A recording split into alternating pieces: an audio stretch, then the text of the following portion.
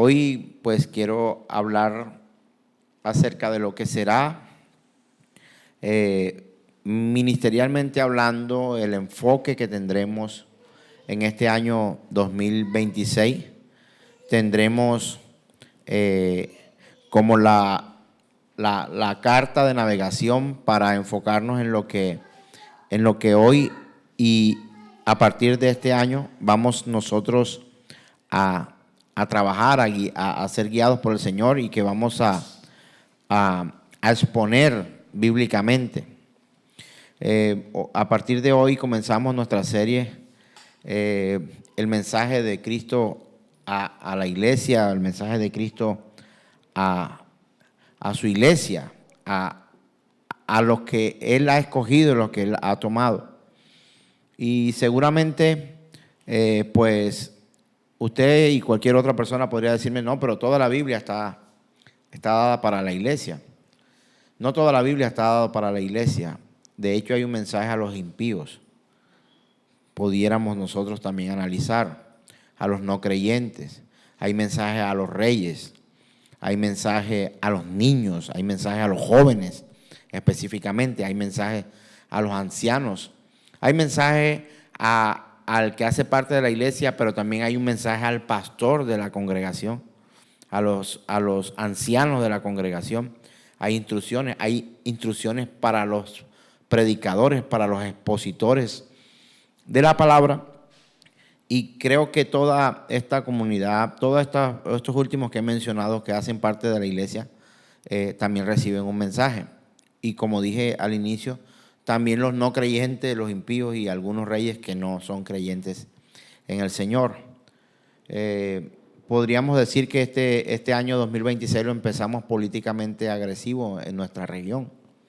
Hemos visto que nuestro país y nuestro vecino país, Venezuela, ha tenido una incursión armada militar ahí y que podríamos incluso hasta sacar de contexto algunas citas bíblicas, porque ya empecé a ver en redes sociales que algunos están diciendo, se está cumpliendo lo que dijo Isaías, se está cumpliendo lo que dice Zacarías, en tal versículo tal cosa ocurre porque ahora viene esto y no sé quién es tal y no sé quién es tal otra persona. Cuando Dios habla de entonces está hablando del presidente de tal nación y ahora está hablando de esto. Tenemos que tener cuidado, hermano, en no tomar las circunstancias actuales y tratar de equipararlas a todas las situaciones que la Biblia, de la que la Biblia habla. Tendremos que ser cuidadosos en cuanto a quién van dirigidos los mensajes, y hago esta aclaración porque tenemos que ver a quién va dirigido el mensaje que vamos a tratar este año. No será a todos. Y quisiera iniciar a través del método inductivo de poder estudiar la Escritura, con una pregunta para que usted la analice. ¿Cree usted que el mensaje de amenaza, porque es que el término es fuerte, amenaza, está dictado para los no creyentes o para los creyentes? Creo que si respondemos rápidamente, vamos a decir que el mensaje de amenaza, hablemos específicamente de juicio, está dado solamente para los no creyentes. Pero si nosotros nos adentramos un poco en la Escritura, también hay serias advertencias a la iglesia del Señor. Y tenía conversaciones con alguien hace un par de días y le decía, hay personas que consideran que el lugar más seguro que pueden encontrar es la iglesia del Señor. ¿Usted está de acuerdo con esto? Yo creo que la mayoría estaremos de acuerdo que el lugar más seguro que usted y yo podemos tener es estar involucrado, por decirlo de alguna manera, con las cosas de la iglesia, asistir a la iglesia, sentarnos en una capilla, sentarnos en un auditorio o en un lugar de oración.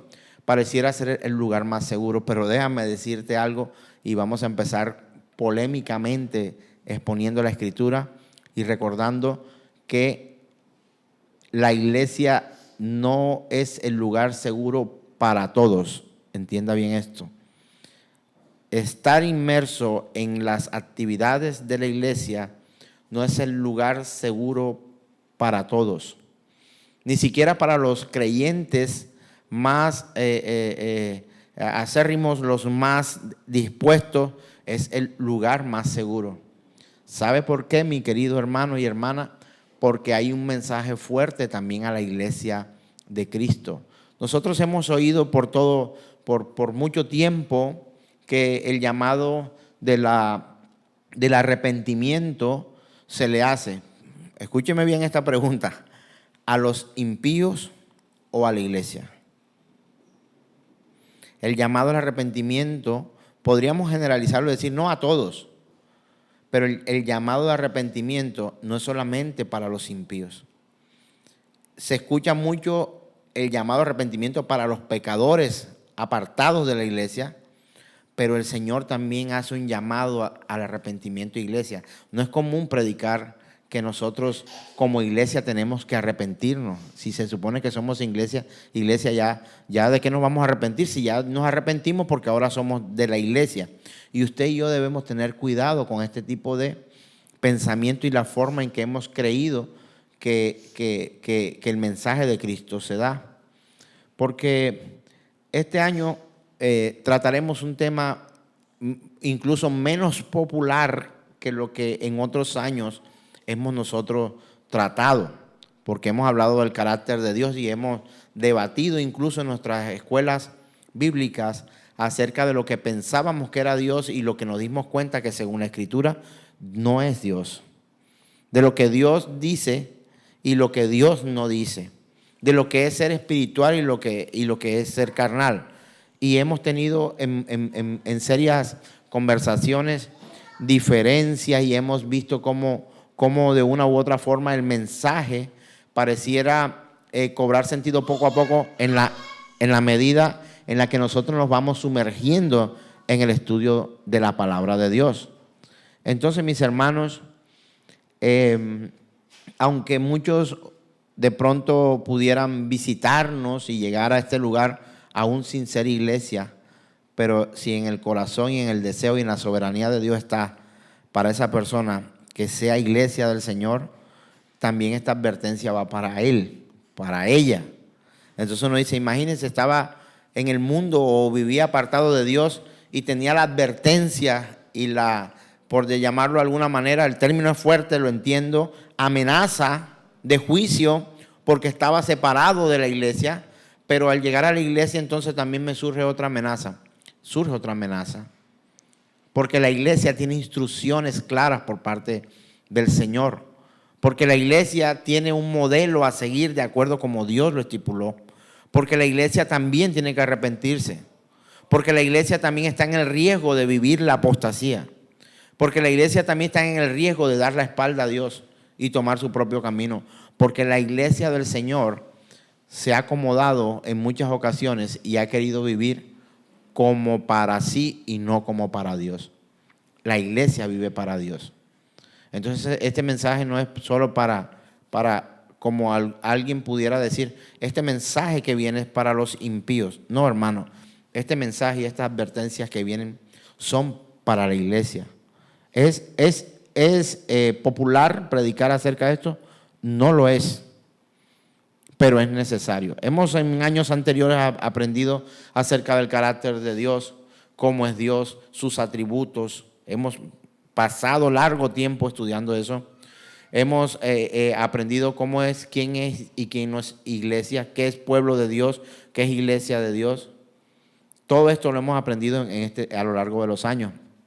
Hemos visto algo acerca del carácter del Espíritu Santo, hemos visto algo acerca del carácter de la persona de Cristo y hemos visto algo acerca del carácter de la persona de Dios Padre.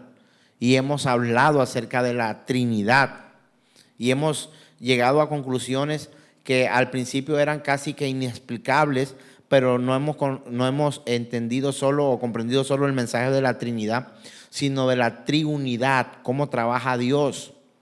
Son tres personas, un solo Dios verdadero. Y ahora mirar realmente de qué estamos hechos usted y yo como iglesia y a qué nos enfrentamos cuando nosotros decimos que somos iglesia. Básicamente vamos a estar estudiando como textos base lo que tiene que ver con un libro muy fuerte que pudiéramos llamar y que algunos le tienen hasta miedo y dicen, no, eso es terrorífico. ¿Cuál será ese libro? Apocalipsis.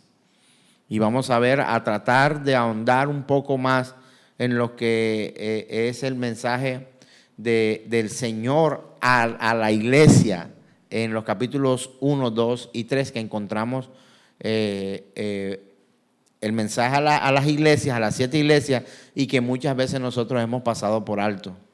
Hermanos, el mensaje a las 7 iglesias es algo maravilloso que Dios ha permitido que nosotros podamos aprender, pero también es algo completamente serio, profundo, y de hecho debería ser de considerar en serio las advertencias de nuestro Dios Todopoderoso. Es común, hermano, repito, ven al arrepentimiento, vuélvete a Cristo, ven a la iglesia. ¿Sí o no? Es lo que hemos regularmente oído. Pero ya cuando estás en la iglesia y pedir a una iglesia que se arrepienta, ya estamos hablando de que qué pasó con el arrepentimiento individual que antes teníamos, y hemos llegado a la iglesia de Cristo y hacemos parte de la iglesia de Cristo, pero ahora en la iglesia de Cristo tenemos entonces también que arrepentirnos. La respuesta es sí, de acuerdo a lo que la palabra de Dios dice. Y es un tema serio, hermano. De verdad que quiero que usted tome esto, porque si usted se considera parte de la iglesia, usted tendrá que tomar en serio las palabras de nuestro Señor que son dirigidas a su iglesia. ¿Sabe? Habíamos estado de alguna u otra forma conformes con el llamado que nos hizo Dios cuando éramos impíos al arrepentimiento y a la sujeción de nuestro Dios Todopoderoso. Pero ahora, siendo iglesia, también somos llamados al arrepentimiento. ¿Y sabe por qué? Porque la iglesia ha fallado. Dios no falla, Dios es infalible, pero su iglesia ha fallado. Y la historia ha demostrado que la iglesia ha tenido, por supuesto, que aciertos, pero también desaciertos.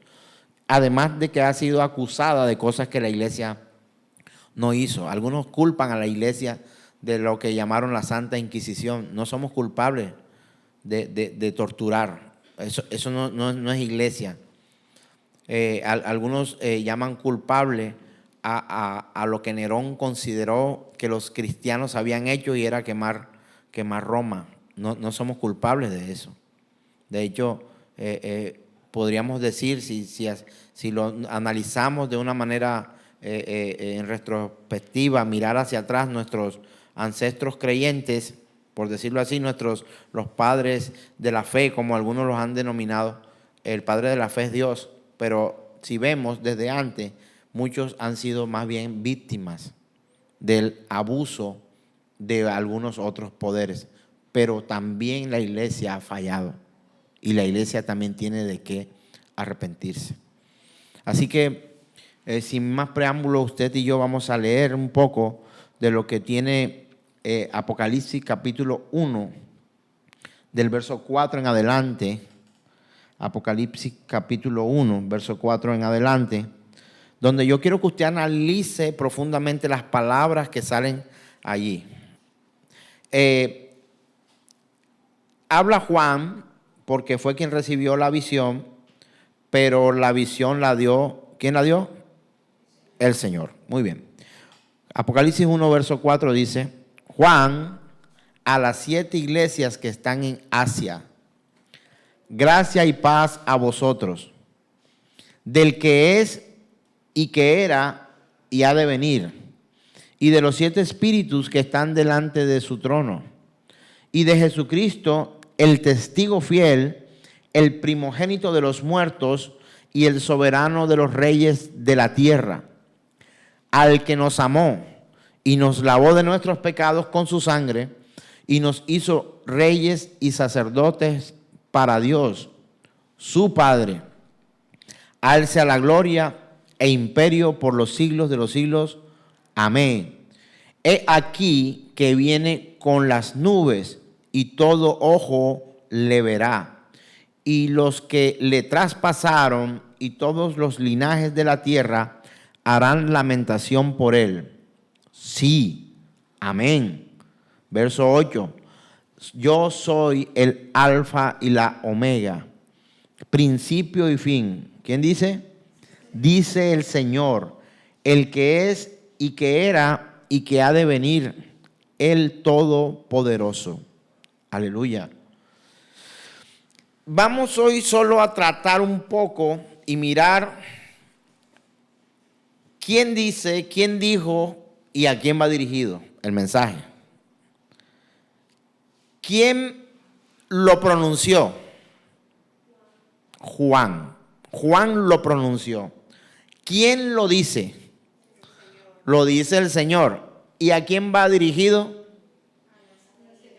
A las 7 iglesias. Y es aquí donde nosotros vamos a trabajar este año y mirar las 7 iglesias. Ustedes de pronto hasta se las sabe de memoria. Que la iglesia de Filadelfia, la iglesia de Sardis, la iglesia de Laodicea, la iglesia de... ¿Sí o no? Hemos escuchado eso. Pero hay una forma particular en medio de las palabras que el Señor habla a cada una de las iglesias, y quiero solamente tratar parafraseando, y vamos en lo sucesivo de estos mensajes a identificar cuál es cuál. El llamado de nuestro Señor Jesús y el mensaje del Señor Jesús es a estas 7 iglesias. ¿A cuál iglesia usted quisiera pertenecer? Yo creo que a la mejor, ¿no? No, a de la que el Señor se agrada, ¿sí o no? Pero vamos a encontrar que dentro de esas 7 iglesias hubo cierto desvío que los llevó a ellos a cambiar de estado, por llamarlo así.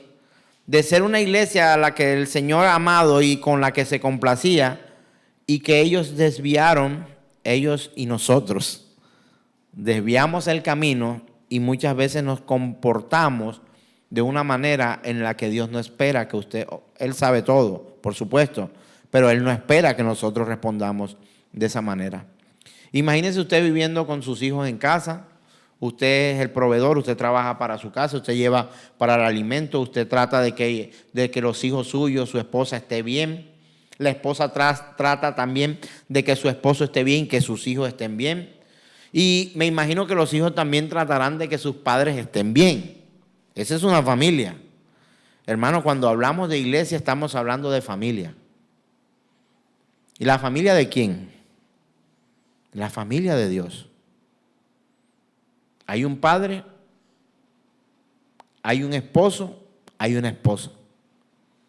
Y Dios tiene hijos. Tiene un unigénito, pero adoptó otros. Y ahí estamos nosotros. Entonces, si usted dirá, no, sí, la iglesia de Sardis, la iglesia de Laodicea, la iglesia de Filadelfia, y usted va a decir, pero ¿qué significa eso en realidad?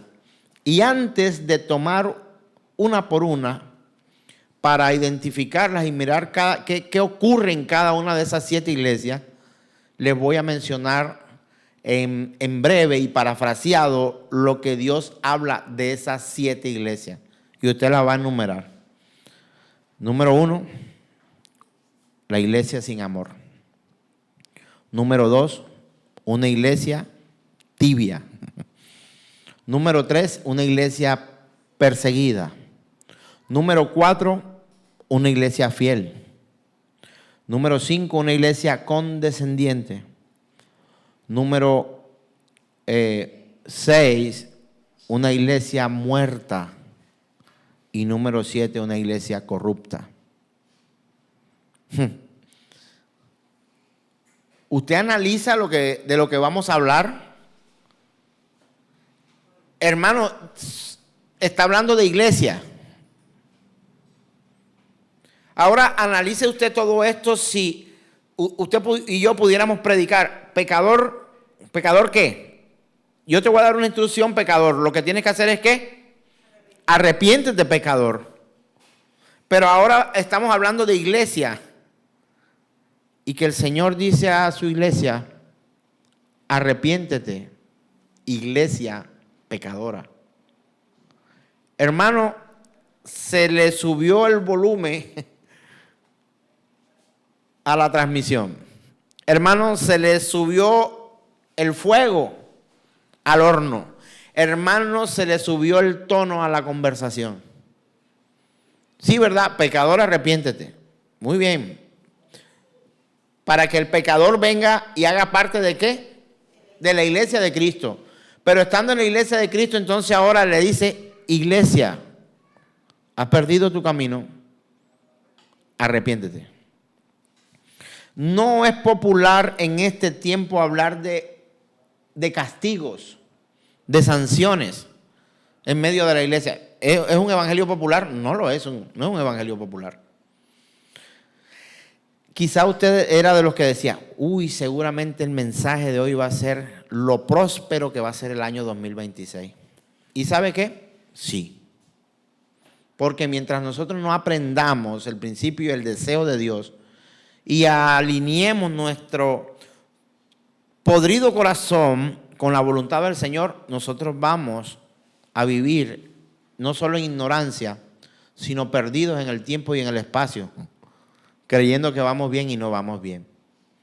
Hermano, ir al médico y que el médico, por no herirte, por no preocuparte, por no causarte un insomnio, no te diga, es que usted lo que tiene es cáncer. Que en vez de eso lo que te diga es, no te preocupes, todo va a estar bien, algún día vamos a tener ciertos achaques, pero tranquilo, no tiene nada que hacer, tranquilo. ¿Usted cómo consideraría ese médico? ¿Malo? ¿Un médico que no te examina? Los médicos nos mandan unos exámenes, bueno, se hace el colesterol, la glucosa, la no sé qué, la no sé cuándo. Y cuando usted se hace esos exámenes, ¿ya eso queda ahí? No, te dice, cuando ya tenga los resultados, ¿qué tiene que hacer? Venga para acá, miramos los resultados y al tener los resultados nosotros le vamos a dar un tratamiento, si es necesario, y si no, gloria a Dios, todo va bien. Así funciona. Pero en el Señor, Él siempre nos envió a hacernos exámenes y también autoexámenes. Dice, examínate. Examínate. Otra vez le digo que se examinen. Y encontramos que el Señor, en su infinita gracia, está constantemente hablando a su iglesia. ¿Sabe una cosa? Y esto va a sonar todavía menos popular. El Señor no va a perder el tiempo con los que ya están perdidos. Si están perdidos. Pero el Señor invierte todo de sí para que su iglesia abra los ojos, despierte y camine conforme al llamado que Él ha hecho, al camino que debemos caminar. Hermano, si usted, yo digo una cosa, si usted es maestro de escuela y hay un alumno que perdió, ¿cuántas materias hoy vemos en las escuelas? Creo que 9. 13 materias.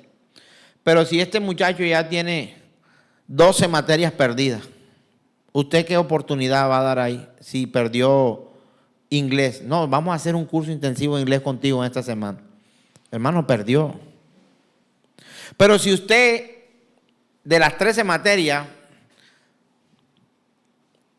va ganando 2 y va perdiendo una, yo creo que sería, mira, ¿cómo es posible? Tienes buenas calificaciones, ven para acá, vamos a mirar lo que tienes y vamos a tratar de recuperar esa materia. Hermano, pero cuando ya todo está perdido ya, mejor repita el año, hermano. Usted mejor repite el año porque no tienes que fortalecer en una semana un poco de lo que te faltó, sino lo que tienes es que fortalecer todo lo que iniciaste y que terminó mal.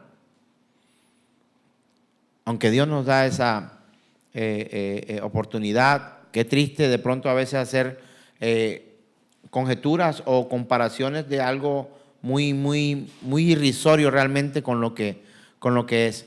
Pero el examen que Dios nos lo hace constantemente a través de la Escritura.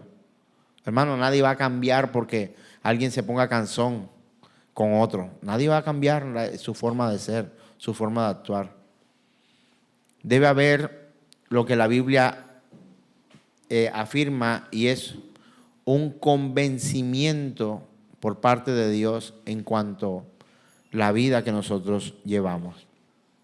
No es popular en nuestro tiempo, tan tolerante con todo, hablar de advertencias y castigos. Pero el mensaje de Cristo, no solamente al impío, que dice, como no te arrepientes vas al fuego eterno, también es, hermano, serio entender que el mensaje a la iglesia es un mensaje a aquellos que una vez estaban perdidos, fueron rescatados y luego a partir de ahí empiezan a torcerse y a vivir de una manera apartada por parte de Dios. Esto nos aprieta a todos, hermano.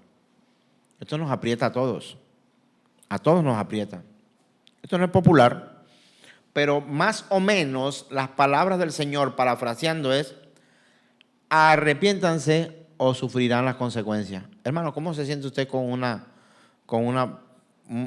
advertencia como esa? Usted, es una amenaza, es algo fuerte. El Señor exige, manda, demanda que su iglesia sea doctrinal y moralmente pura. Doctrinal y moralmente pura. Y este fue el mensaje que el Señor dio a las 7 iglesias en Apocalipsis. Pero ¿sabe una cosa? Rige todavía.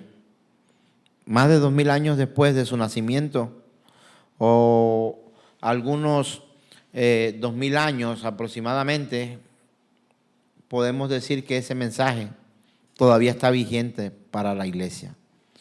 Hermano, tiene que recordar, y voy a recordárselo todo el tiempo, no es un mensaje a los impíos, no es un mensaje al no creyente, es un mensaje a la iglesia. Y si usted y yo nos sentimos, creemos o estamos convencidos de que hacemos parte de la iglesia del Señor, es un mensaje a nosotros. Es un mensaje para Santi, es un mensaje para Armando, es un mensaje para cada uno de los que aquí estamos, para Dina, para Lourdes, para cada uno de nosotros, el mensaje a la iglesia del Señor. Así que si nosotros miramos que este mensaje a la iglesia tiene que andar con cuidado. La iglesia no puede andar como quiere.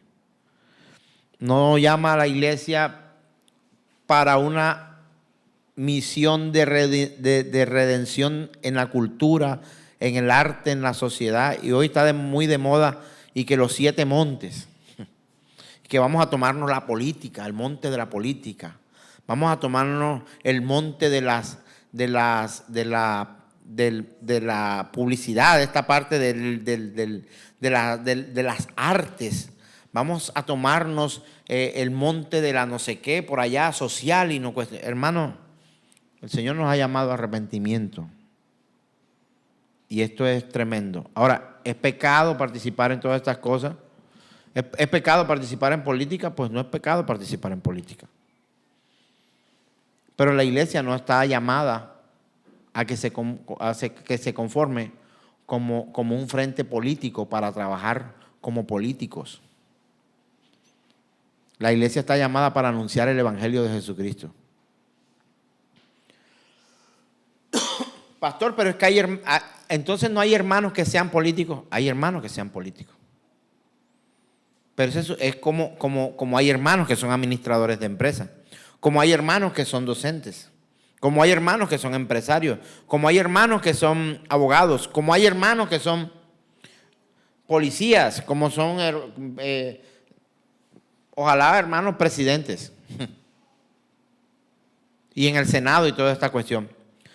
Pero hay un desfase mental para muchos hoy, creyendo que a través de la moralidad podemos nosotros cambiar la cultura. Y yo creo que usted alguna vez me ha escuchado que el pecado es un problema moral. Por supuesto que tiene sus raíces en la moralidad, pero no en la moralidad que usted y yo vemos, la que usted y yo conocemos de acuerdo a nuestra cultura. La moral puede ser una en un país y cambia en otro. Moralmente aceptado esto en un país y moralmente no aceptado en otro país a causa de su cultura y de su modo de pensar. Hermanos, nosotros no estamos llamados a cambiar la cultura. Nosotros no estamos llamados a cambiar la política. Nosotros estamos llamados a llamar a otros, como fuimos llamados, al arrepentimiento para que se conviertan y hagan parte de la iglesia de nuestro Señor Jesús el Cristo. Ahora te estoy diciendo, no es malo votar. No te estoy diciendo malo votar. Necesitamos buenos gobernantes. Pero ¿cree usted que una política de Estado va a cambiar la moralidad de la gente? No, no la va a cambiar. ¿Puede la política, incluso la educación, que estamos hablando ahora de algo que tenemos con ojos más positivos, que si la educación no sé qué, la gente va a cambiar, la gente va a tener un modo de pensar distinto? ¿La educación puede cambiar el corazón de alguien? Puede cambiar su estilo de vida, su conocimiento, sus alcances, muchas otras cosas, pero no encontramos nosotros que haya algo distinto que pueda realmente cambiar el destino de los pecadores hacia el infierno, sino el mensaje del Evangelio para ellos. Hermanos míos, digámoslo de esta manera. Mire a alguien aquí y dígale, si eres iglesia, enfócate. Tenemos que enfocarnos. Dígamelo a mí, pastor, enfócate. Tengo que enfocarme. Enfocarme, ubicarme. Hermano, ubíquese. Es que yo soy iglesia, pastor. Bueno, ubícate. Ubícate donde va la iglesia. Podemos ser confundidos nosotros creyendo que por ser iglesia tenemos el lugar más seguro de todos y que no hay exigencias allí. Hermanos, hay exigencias para la iglesia. Y no solamente exigencias, hay advertencias para la iglesia. Hay demanda para la iglesia. Yo no sé dónde usted se ubica en el listado de estas que voy a mencionar nuevamente. Una iglesia sin amor, una iglesia tibia, una iglesia perseguida, una iglesia fiel, una iglesia condescendiente, una iglesia muerta o una iglesia corrupta. En alguna de esas usted y yo debemos estar. Y es posible que en el mismo lugar de congregación usted haga parte, representante de alguna de estas. Ay, pastor, ¿por qué predicas así? Yo no lo prediqué, hermano. Yo estoy repitiendo algo que ya predicaron antes. ¿Quién lo predicó? Juan. ¿Quién le dio el mensaje?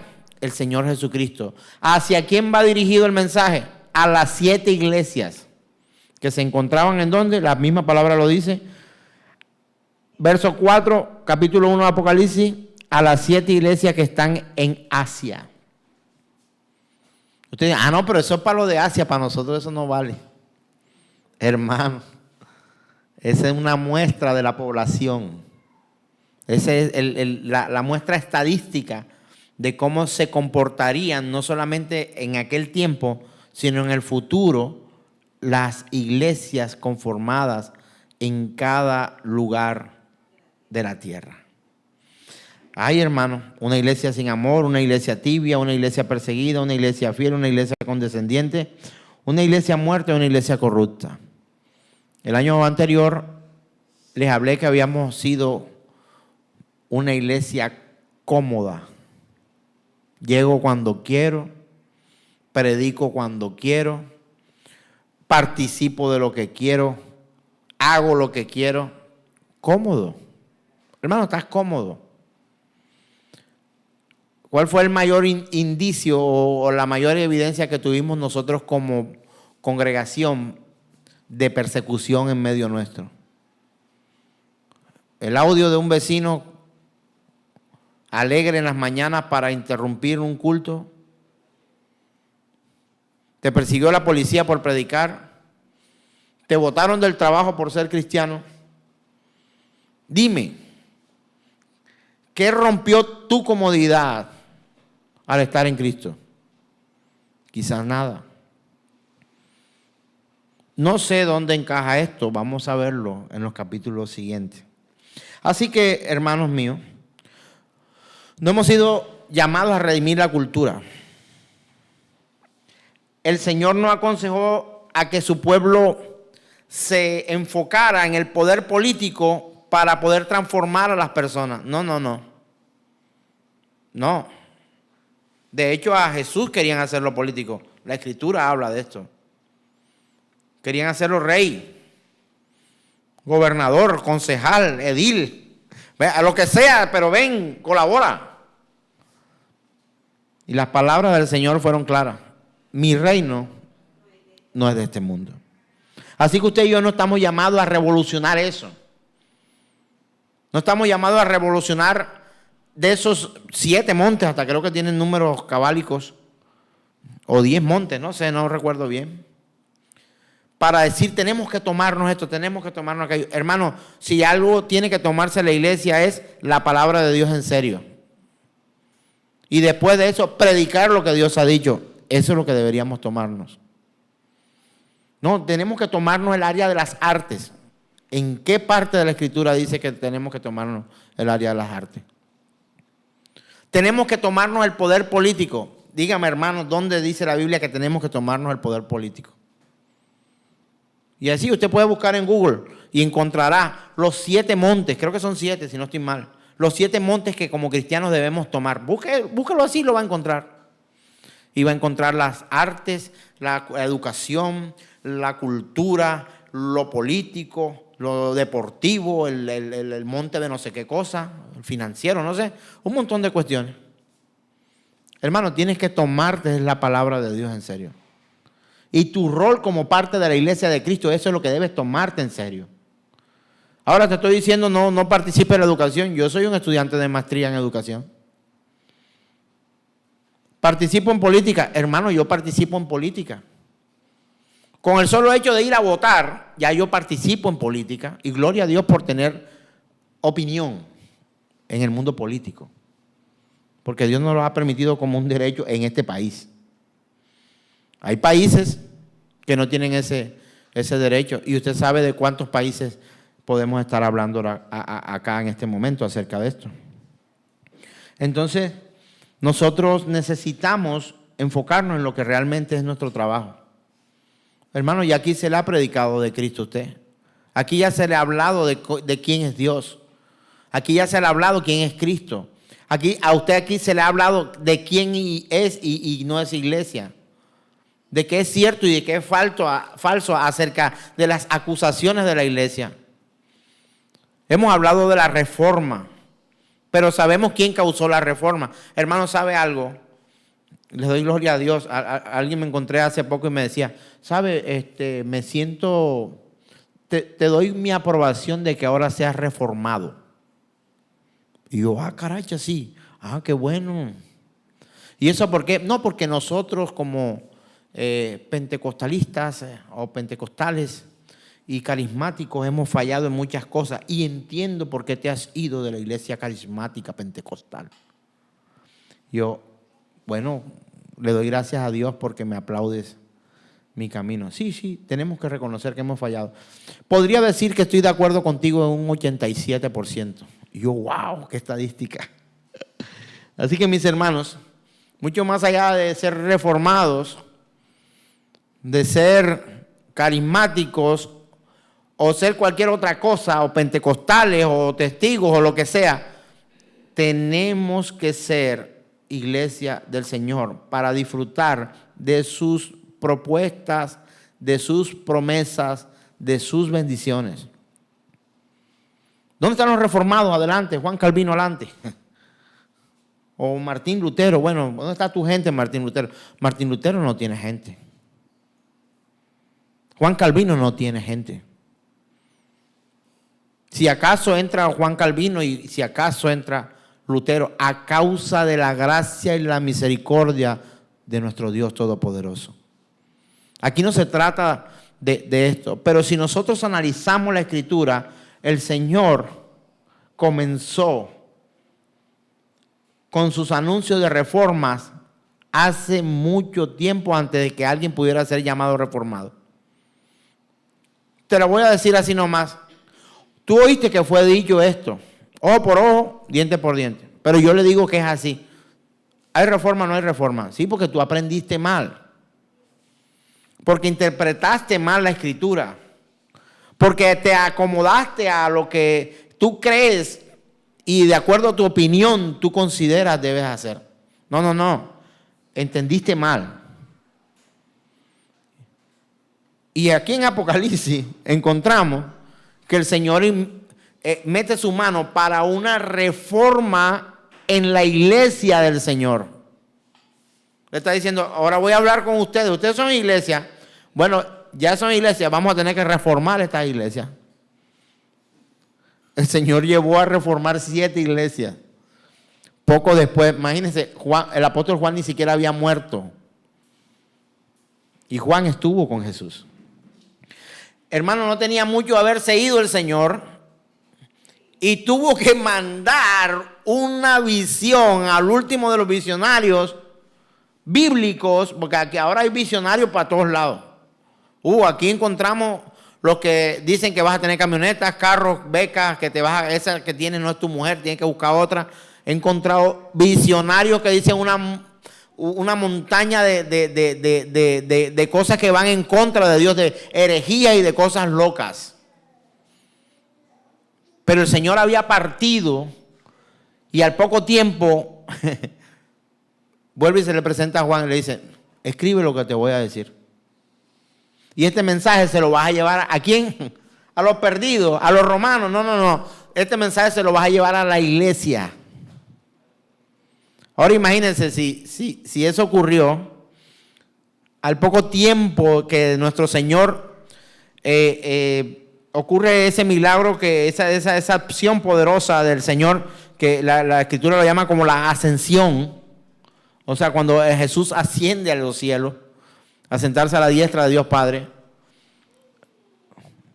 viene otra vez, se presenta a Juan y le dice, hey, hay que hacer unas correcciones en la iglesia esta que está aquí. Tenemos que reformar algunas cositas que ustedes han deformado. Vamos a darle forma nuevamente. No estamos destinados para tratar de que Dios regrese. Dios está. No, es que Dios se ha alejado de Colombia. Hermano, Dios no se ha alejado de Colombia. Algunos hermanos en Venezuela, tuve la oportunidad de predicar allá, en pleno problema, Dios mío, de Santa Marta a Coro, estado Falcón, 39 alcabalas, 39 lugares donde me revisaron hasta los zapatos. ¿Usted puede creer eso? Ahí a predicar me acusaron hasta de narcotraficante porque llevaba medicamentos para niños del hospital Vanderhart, algo así. No recuerdo, el hospital de Coro. Íbamos llevando un medicamento para niños con hidrocefalia. Hermano, no había ni antiparasitarios para llevar allá. Tú y yo no, aunque hagamos estos gestos humanitarios, el poder de la iglesia no está en dar medicamentos a nadie. Es un buen gesto humanitario, de amor por el prójimo y por los hermanos que están en sufrimiento. Tú y yo tenemos que hacerlo. Pero mucho más allá de entregar medicina, un mercado, aquí tenemos eso, gracias al Señor, recogemos y lo entregamos, no por rico ni por pobre, sino de acuerdo a la instrucción del Señor lo entregamos, una canasta familiar a alguien allí, lo que hayamos recogido y lo entregamos allí. La iglesia no está llamada a suplir como primera medida esto, sino predicar el evangelio y ayuda al necesitado, a tus hermanos, principalmente a la familia de la fe, dice la Escritura. Pero nuestra labor no es solo social, hermano. nuestra labor principal es exponer las palabras que Dios ha dicho. Que Dios dijo, porque ya Dios lo dijo. No es que el Señor... anoche hablé con Dios. ¿Ustedes no han visto predicadores que dicen ese tipo de cosas? El Señor me dijo... ¿Cómo que la Escritura dice que ninguna profecía es de interpretación personal? Y aguanta un momentico. ¿El Señor te dijo o el Señor nos dice? Bueno, el Señor nos dice. ¿Dónde? No, en el sueño que yo tuve anoche. Se me presentó un sueño. Hermano, tienes todo el derecho a dudar. Porque lo que el Señor dijo, lo dejó escrito en su palabra. El cambio cultural no acelera el crecimiento de la iglesia ni del reino de Dios. Esa es otra cosa falsa, la cual han querido meter en la cabeza algunos que se hacen llamar pastores, diciendo que no, es que el Señor nos está llevando a un aceleramiento, a un no sé qué rompimiento de no sé qué cosa, y ahora nos está llevando a que podamos con el cambio cultural. La cultura no salva, hermano. La cultura no salva. Y la iglesia hoy ha sido engañada a través de un montón de ocurrencias que personas han tenido. Mira lo que dice Mateo capítulo 16, verso 18. Mateo 16, 18 dice: y yo también te digo, ¿quién dijo estas palabras? Las dijo Jesús. Y yo también te digo que tú eres Pedro, y sobre esta roca edificaré mi iglesia, y las puertas del Hades no prevalecerán contra ella. Las puertas del Hades no prevalecerán contra ella. Te preguntarás qué tiene que ver eso con lo que estoy diciendo. Él edificará su iglesia, y nada en absoluto fuera de la providencia de Dios podrá proteger de alguna manera a la iglesia de Cristo. Nada, absolutamente nada. Pregunto, ¿en el pasado y en el presente hay gobiernos que afligen a los cristianos, sí o no? Los hay. Entonces, para que los cristianos no sean afligidos, entonces tenemos que entrar al gobierno y hacer parte del gobierno. Eso no nos dijo la Escritura. Y de hecho, cruel podrás tú considerarlo, pero Dios permite aún estas cosas a través de los gobernantes para aprender sobre esa providencia de Dios. Que a pesar de todas estas circunstancias, y no solo ahora, sino en el pasado, muchos hermanos murieron a causa de la ejecución por decretos y dictámenes de reyes y gobernantes. A la nada tendrían a nuestros hermanos en Roma corriendo con sus niños en ese lugar que para muchos es un orgullo, y le llaman el Coliseo Romano, que ahí están sus ruinas. Cuando ven esas fotos, para usted mostrarle a otro que usted estuvo en Roma, usted va y se toma una foto allí.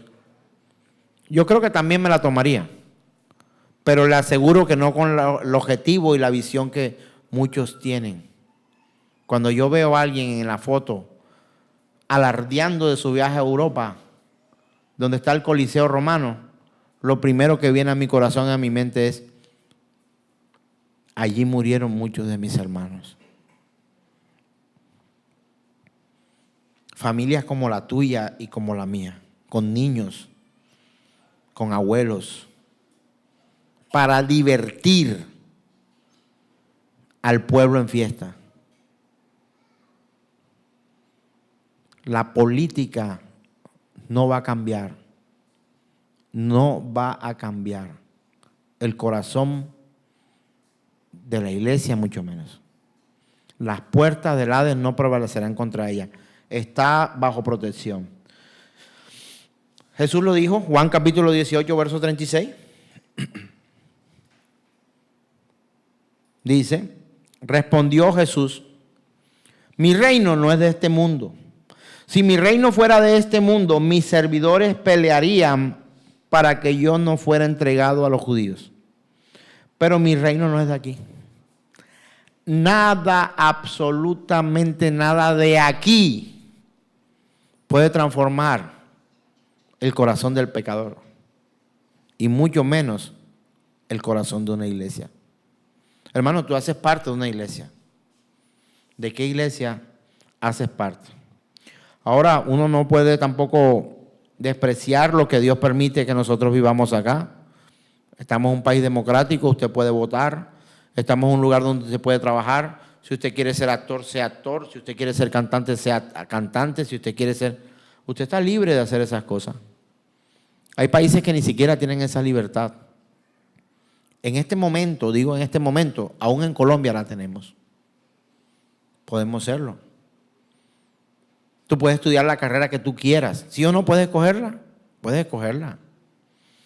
Y es lo mínimo que nosotros decimos, lo mínimo que uno puede tener en la vida es decidir qué es lo que quiere ser en su vida.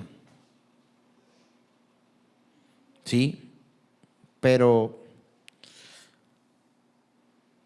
entender que no es eso lo que va a gobernar el corazón de la iglesia.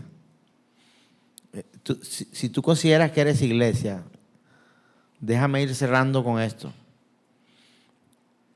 Tu corazón no debe ser influenciado por nada, absolutamente nada, que no controla a Dios para su iglesia. Entonces, usted lo que está diciendo es que el resto de lo demás no lo controla Dios. Lo permite el Señor y está bajo su control. Y ahí es donde vamos ahorita, en algún momento de la vida, a hablar acerca de lo que algunos llaman libre albedrío. No, sí, que es libre albedrío. Y podríamos resumirlo de alguna manera más sintetizada, es que el libre albedrío para escoger qué carrera y todo eso, Dios te lo permite tener. Pero de escogerlo a Él, no. Eso lo ha decidido Él. Nadie escoge a Dios porque lo ame a Él. Alguien escoge a Dios porque Dios a ese o a esa le amó primero. Ese es el libre albedrío que nosotros debemos mirar. Para estudiar la carrera, hágale. Para escoger a Dios, negativo. Ni uno. Éramos enemigos de Dios. Así que lo dice Romanos capítulo 8, verso 7. ¿Cómo éramos nosotros? Mire lo que dice la Escritura. Por cuanto los designios de la carne son ¿qué? Enemistad contra Dios, porque no se sujetan a la ley de Dios. ¿Y sabe qué? Tampoco pueden. Entonces, mis hermanos, nosotros a partir del día de hoy vamos a enfocar nuestro mensaje a mirar por qué senda de qué iglesia antes mencionada hemos estado nosotros caminando. Y quiero cerrar este tiempo recordando que el mensaje es a 7 iglesias y que esas 7 iglesias tenían 7 características bastante pronunciadas. Había una iglesia sin amor, una iglesia tibia, una iglesia perseguida, una iglesia fiel, una iglesia condescendiente, una iglesia muerta y una iglesia corrupta. Así que, mis hermanos, este año es para aprender ahora lo que Cristo le dice a la iglesia. Demos gracias al Señor porque Él es Rey soberano y quiere instruir a su iglesia para que si alguna de ellas te representa, te arrepientas y vuelvas a tu primer amor. Damos gracias al Señor y la gloria a Él. Colóquese en pie, por favor, y oremos a Él. Señor, gracias por lo que haces. con tu iglesia, porque no nos has dejado sin instrucción, y te ruego que en este tiempo podamos servir conforme a tu voluntad y no a la nuestra. Te lo pedimos en el nombre de Jesús y decimos amén. Amén y amén.